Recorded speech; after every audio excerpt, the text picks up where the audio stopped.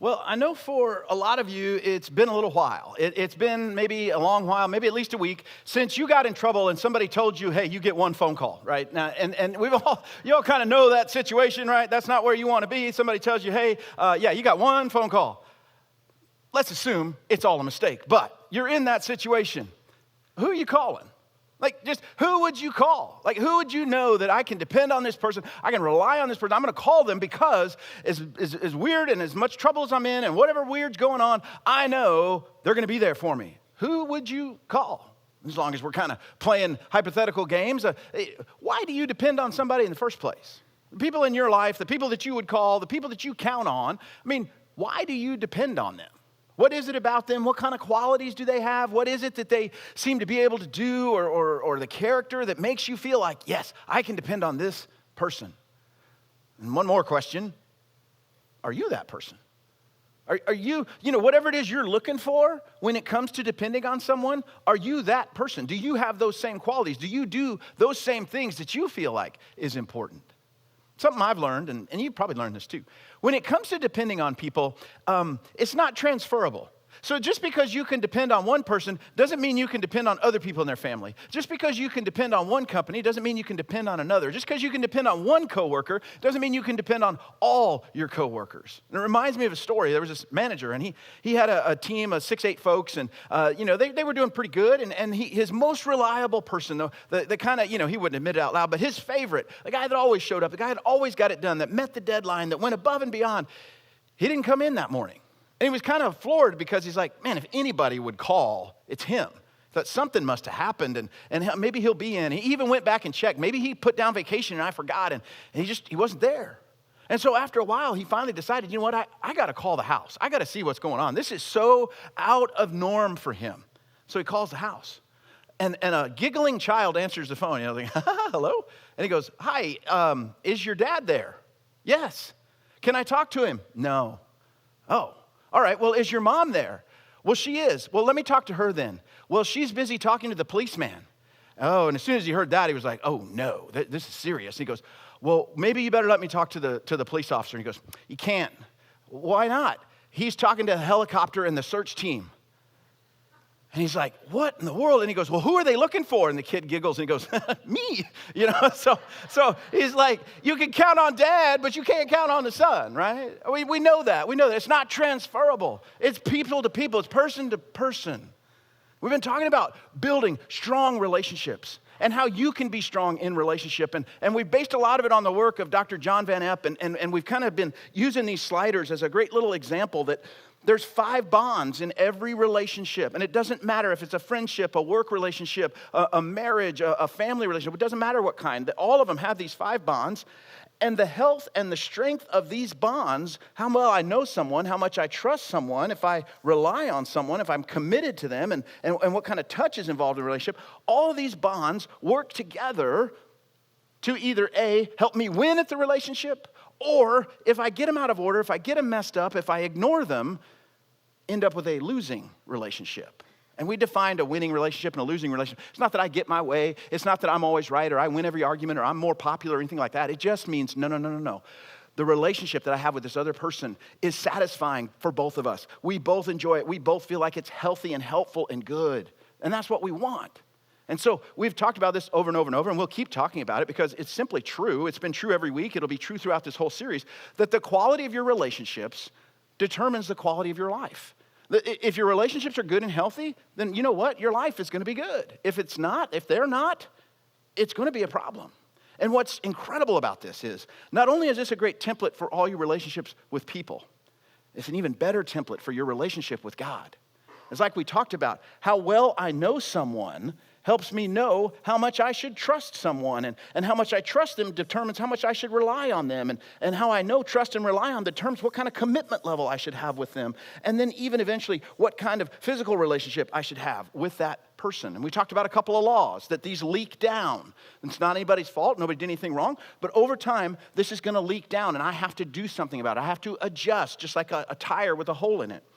We talked about the law of the safe zone, and that's exactly what you see here, that each slider should be a little lower than the slider on the left if you want to have a healthy relationship, because when you get these out of order, and you find that you don't really know somebody, and maybe you trust them too much and you don't rely on them, and you got zero or kind of a middle commitment and high touch, this is a recipe for a broken relationship, a losing relationship, because somehow, some way, somebody is going to get hurt when we get these out of order. And so today, we're talking about this idea of rely. And rely is really very simple. If you break it all the way down, it simply means I am going to try to meet the needs of the person I'm in a relationship with, and that person is going to try to meet my needs. I'm going to be strong in this relationship for them, and I'm going to find this to be a strong relationship because I rely on them. It's a mutual thing. Now, for a lot of us, the whole idea of relying on someone depends on our history, doesn't it? For some of us, we're ready to do that because we've had a lot of success with that in the past. And that's been very helpful and beneficial to us. For some of us, though, relying on another person feels very scary. Because the times we've done it, it feels like it did not work well. It didn't go well. So how do you win when it comes to this idea of relying on other people? Now, the Bible is a relationship book. It tells us about relationships. It gives us wisdom. It gives us some do's and some do-nots. But more than that, it shows us God's heart and his intention. And that really becomes the basis for every relationship. First, our relationship with God. Like I said, how do I know, trust, rely, commit? And how does God touch my life? And then with my relationships with other people. And the book of Proverbs is especially wise because it is just that. It's a gathering of wise sayings. And of course, it talked about relationships. And I'm going to share a passage from Proverbs with you in just a moment because as soon as I do, you're going to hear it and you're going to understand it. But I have to tell you, I got to be honest, this passage, it kind of triggered me a little bit because when I read it, I thought, it took me back to a horrible, horrible memory. Like when I was 19, I used to go to Grand Canyon University, and for those of you that know it now, that's not what it was then. This was several decades ago. It was a very small school. It was smaller than my high school at this time. And so myself and some of my friends, we went to Grand Canyon, and one of my friends was on the facilities maintenance team, which again, think very small school, think, low level of qualifications. We loved to play pickup basketball, and he happened to have a key to the gym. And so we went to the gym and played pickup basketball all the time. We played pretty much several nights a week and on the weekend. And basically anytime the gym wasn't in use, we were in the gym and we were playing pickup basketball on a really nice court, nicer than any of us played on. And it was fantastic. I know I don't look like it, but there was a day. There was a day.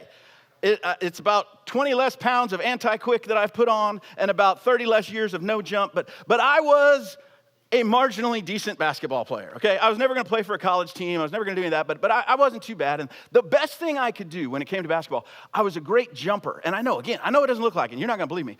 I couldn't dunk the ball. I'm not going to pretend on that. But I could go for a layup, lay the ball over, and pull the rim down. And it actually looked like a dunk, and it actually felt like a dunk. And, if I watched it now, I'd probably go, that guy's pathetic. But at the time, it seemed really important. And I tried to pull it off in a game. And so the lane opened up and I had the ball and I drove and I took off my best jump and I was reaching for the rim and I got a hold of it. I missed the shot. Somebody bumped me. I pulled down on the rim and I ended up landing with one leg out and I landed right on my friend's foot.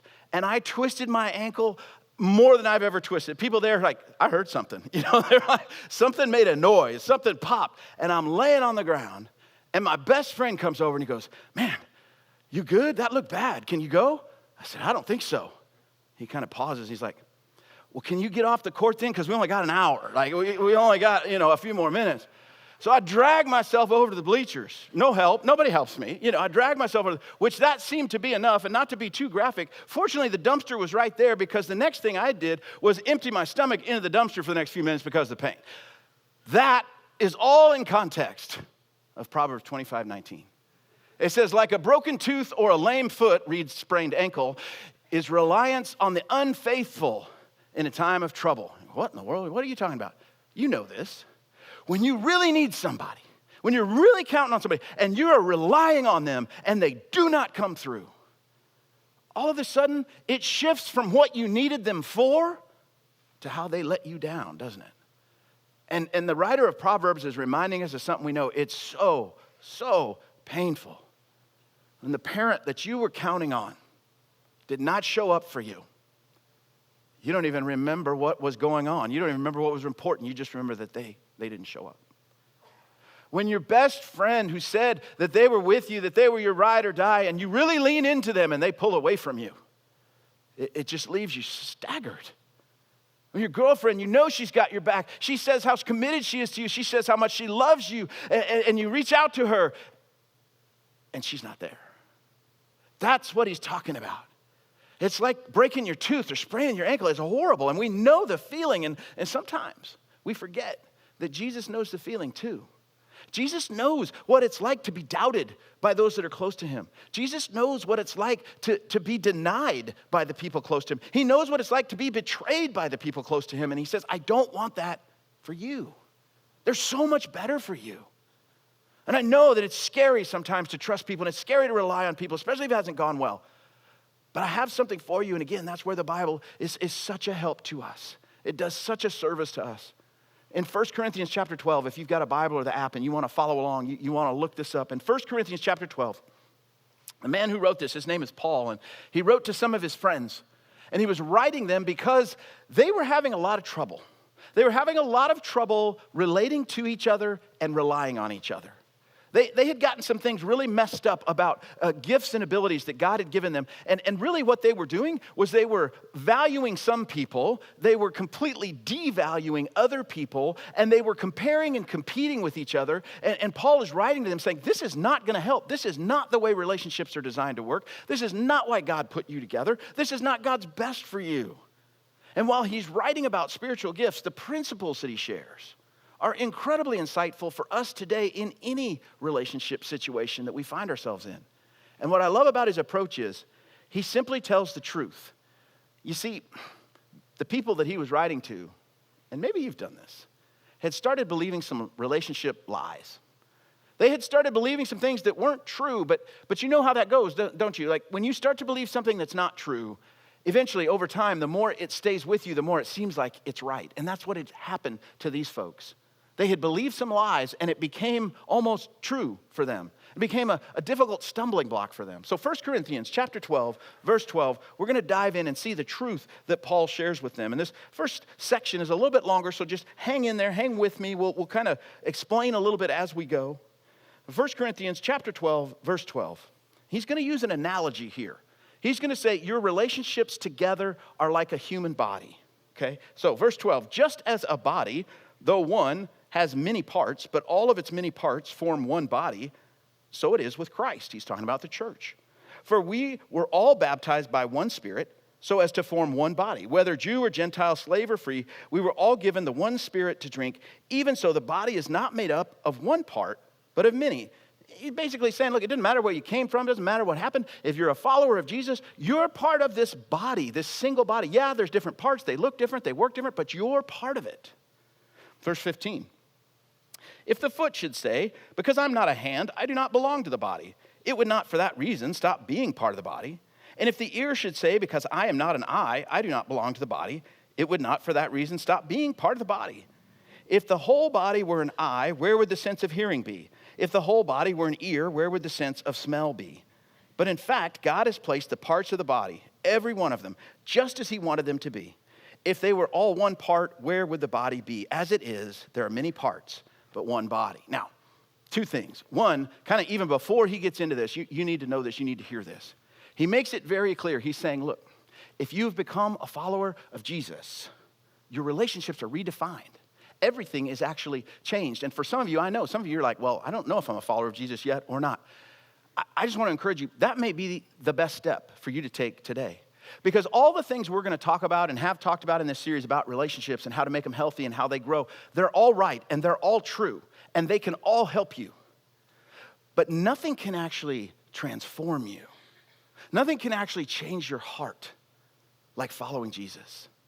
You see, no one loves you like Jesus and no one can teach you to love like Jesus. Without Jesus, these are just a bunch of hints and helps and hacks. With Jesus, you become transformed. You change from the inside out. Your sins are forgiven. You're given a new heart and a new mind, a new relationship to God. And that permeates through you and impacts every relationship that you have.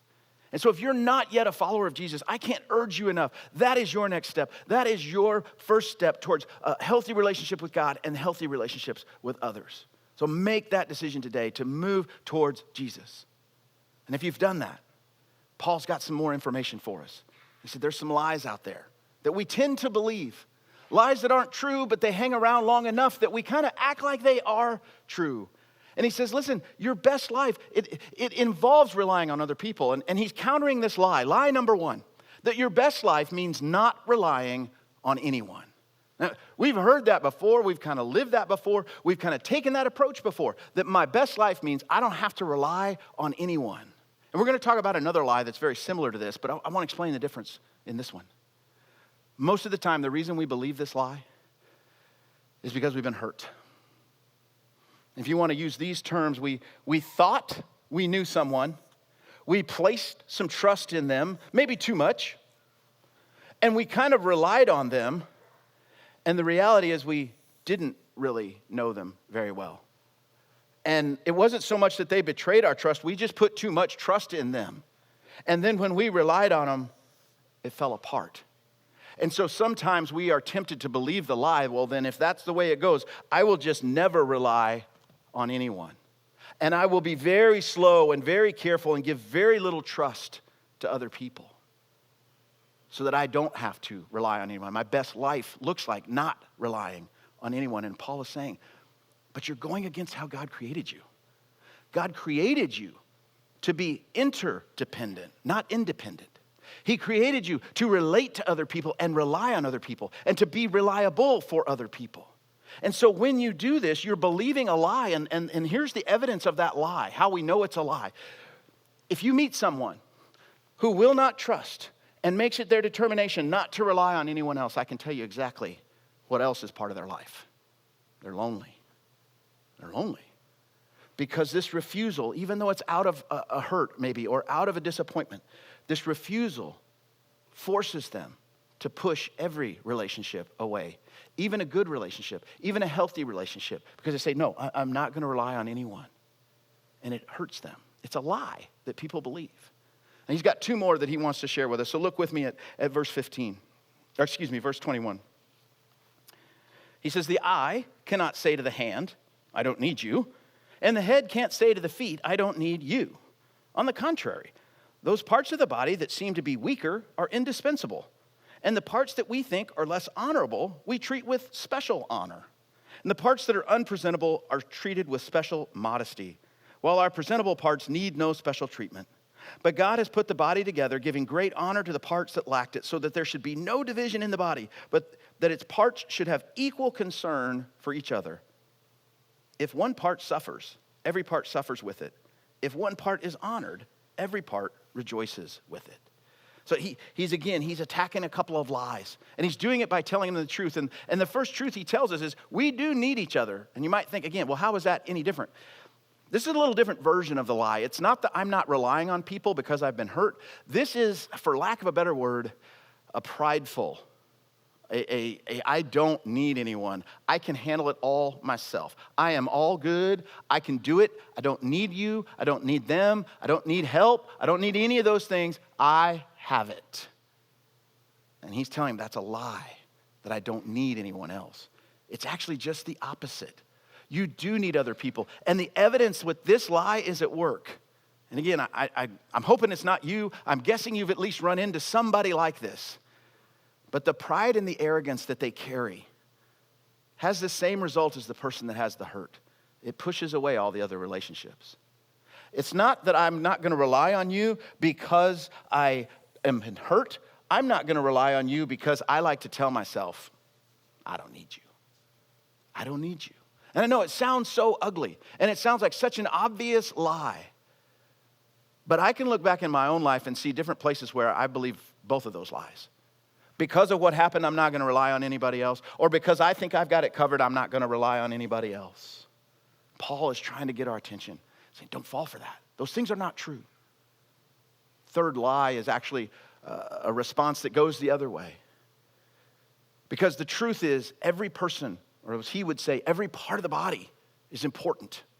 And he's countering a lie. It's a third lie. Lie number 3, there's nothing special about me. I don't have anything to contribute. People shouldn't rely on me because I'm not reliable. That I really don't have anything to offer.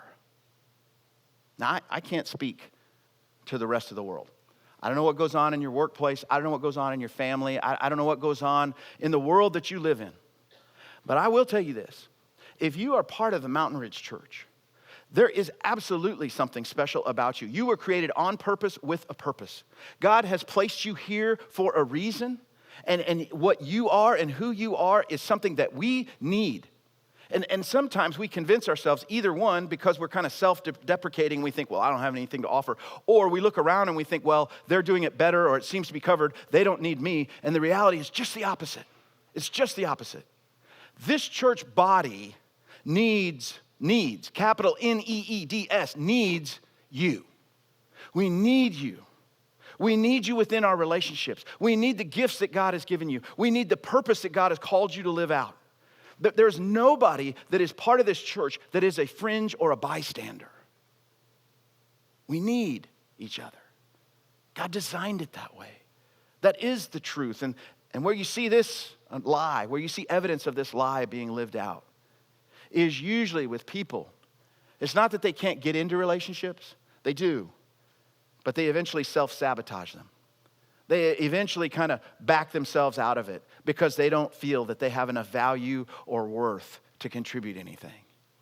And again, I hope that's not you, but my guess is you've seen somebody that has taken that approach. And Paul is trying to correct these lies and bring us to this place where we really understand what it looks like to be healthy and rely on each other. And if I had to sum it all up, I would say it this way. I am built to relate to and rely on others. I am built to relate to other people and rely on them. When I say rely, what does rely really mean? It means people can depend on me and I depend on them. It means, if you go a little deeper than that, this person that I'm in a relationship with, they meet some of my needs. And I take it upon myself to try to meet some of their needs. That's what healthy reliance looks like. So again, first with God and then with others. But there's a law here. There's a law here. And it's a little bit of a subtle law. And I call it this. It is the law of some, not all. Some, not all. So let's say you have a really good, strong relationship with somebody. You're really getting to know them. And as you get to know them, you start to trust them. You realize that they're a trustworthy person. And we talked about what to look for in a trustworthy person. And as you start to know and trust them, you start to rely on them. You share some of your needs. You allow them to know what's going on in your life. And they actually start to meet needs. And you do the same because you are wanting to be strong in the relationship and you want to build a strong relationship. And then that loops back. As I know them and trust them and rely on them, you know what? I feel like I know them even better. And as I know them better, I realize they're even more trustable. And if I trust them more, I start to rely on them more. It makes perfect sense, but here's the danger.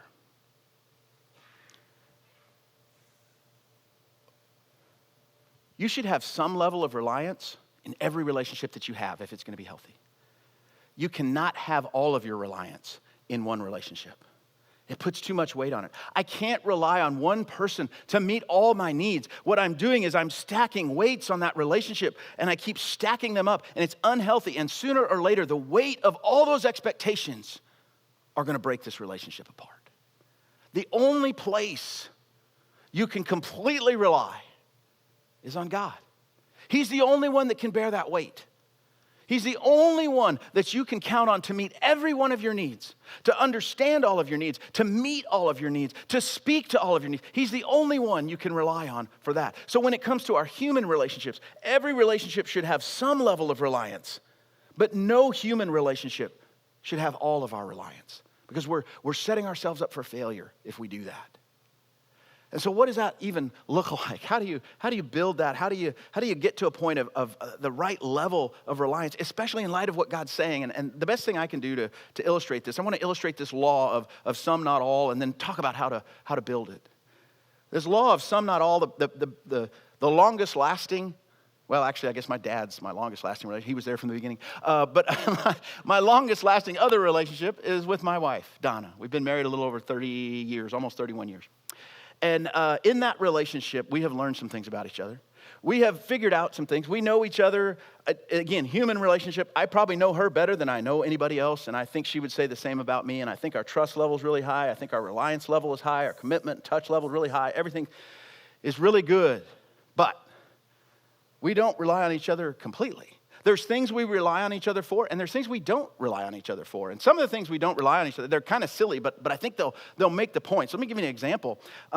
I love sports. I love to watch sports. I love to play sports a little bit anymore. I used to like to play a lot. I like sports. I like watching them. I like talking about them. I like going places to watch the games with other people. And my wife does not at all.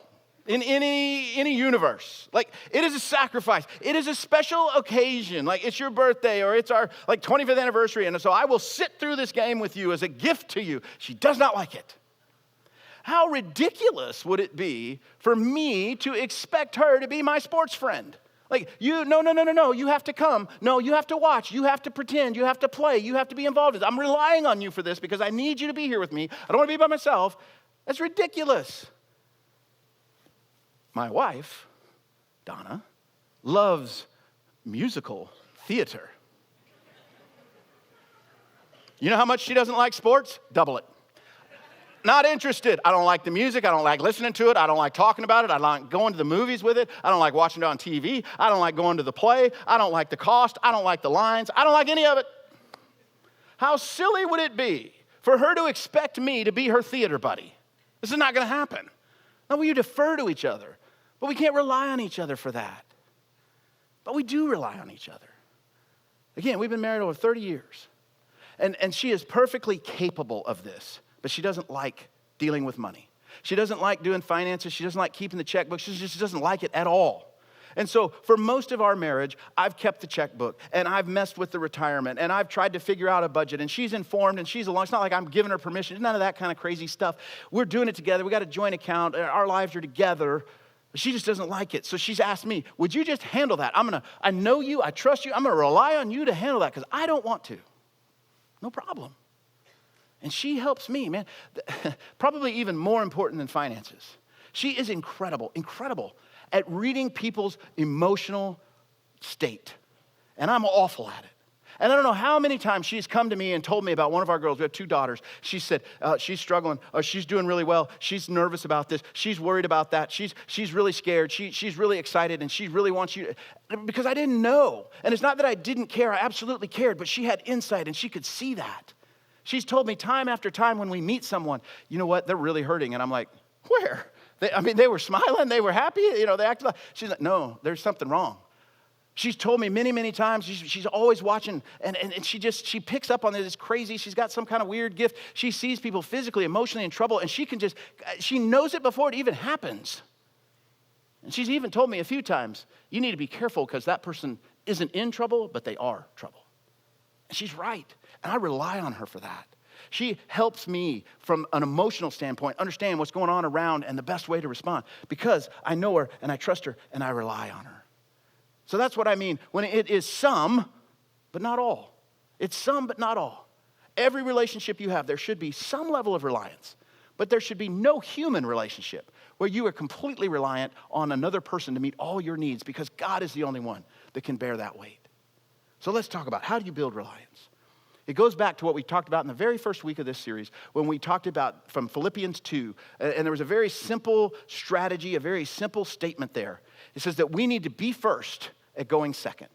That when it comes to relationships, we need to be first at going second. So instead of chasing what I need, instead of putting myself first, instead of it being about what I want when I get home, instead of it being about having to insist on the vacation that I want to go on and the things that we want to do, and we're going to spend the money the way I want to spend it, and we're going to have this kind of focus for our family, it is being first at going second. I'm going to pursue your interests. And this becomes so incredibly powerful when it's mutual. When 2 people in a relationship take this approach that I'm going to be first at going second, my objective is to understand what you need, and I am going to intentionally, aggressively try to meet those needs, you will find an incredibly powerful relationship. Whether it is a friendship or a romantic relationship or a family relationship, it does not matter. When 2 people take that approach, everything changes. So let's talk about some super, super practical, hands-on ways you can do this today. Like, you don't have to just set this up as a philosophy, and maybe I hope one day, someday, the things will be like this. No. You can make this happen today. And there's a very simple acrostic. You know what an acrostic is? Where one word and each letter starts another word, and it kind of helps you remember it.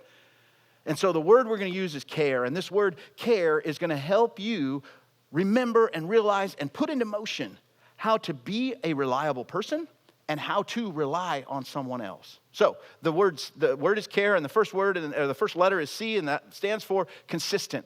Be consistent. And I know when I tell you these things, you're going to go, well, those are so simple. That's so boring. I was looking for magic. No, you don't understand. God made it simple on purpose. He wants you to win. It's not a game. He's not trying to trick anyone.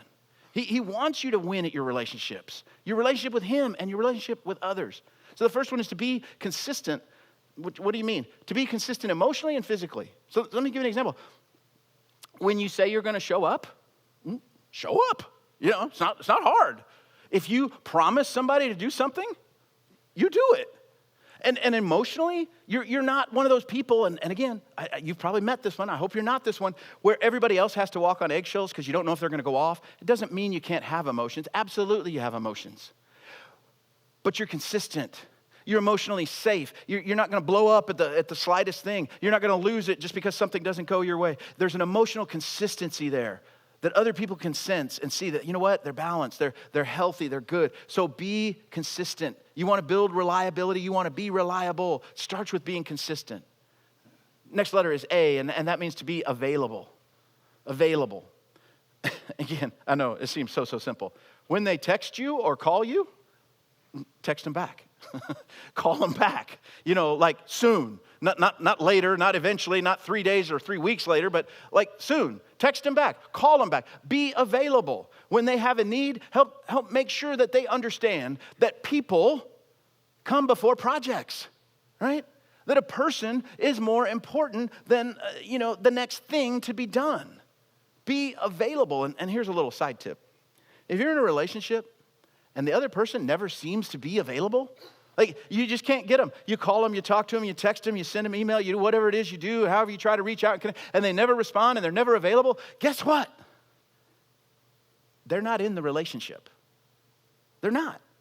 And that's not, you got to be mad. That's not you got to be hurt or anything else. It's just telling you, okay, now I know more, and now I understand where I should trust, and now I understand where I should rely because they're not available to me.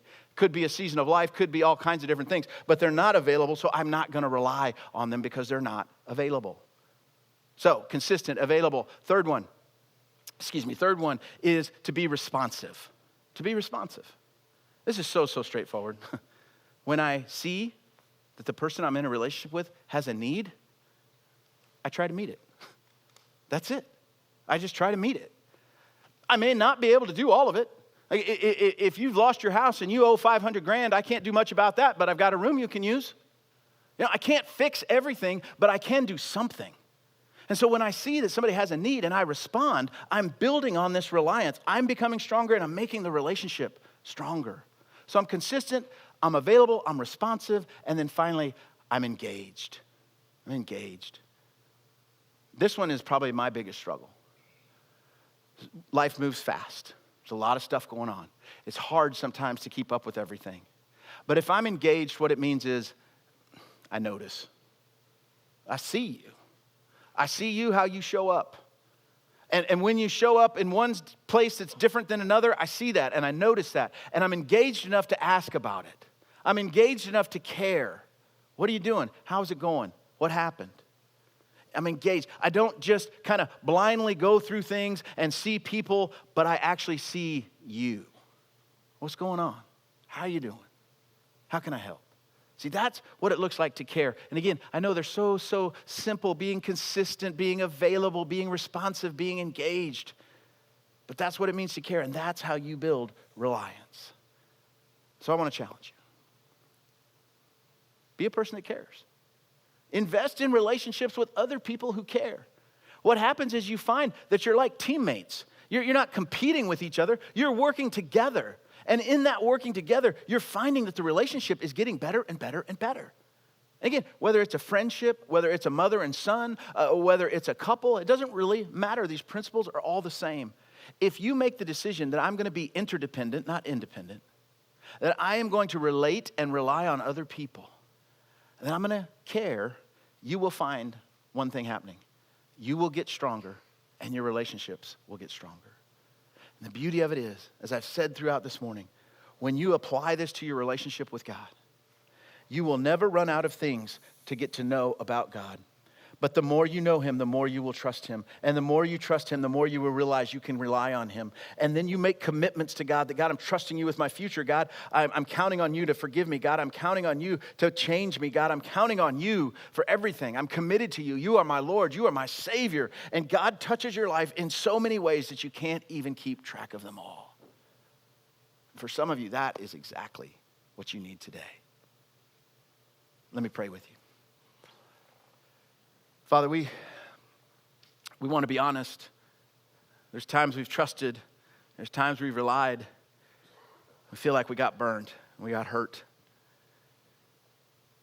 God, I thank you for reminding us that even though there's been failure and pain, it doesn't mean that we should give up.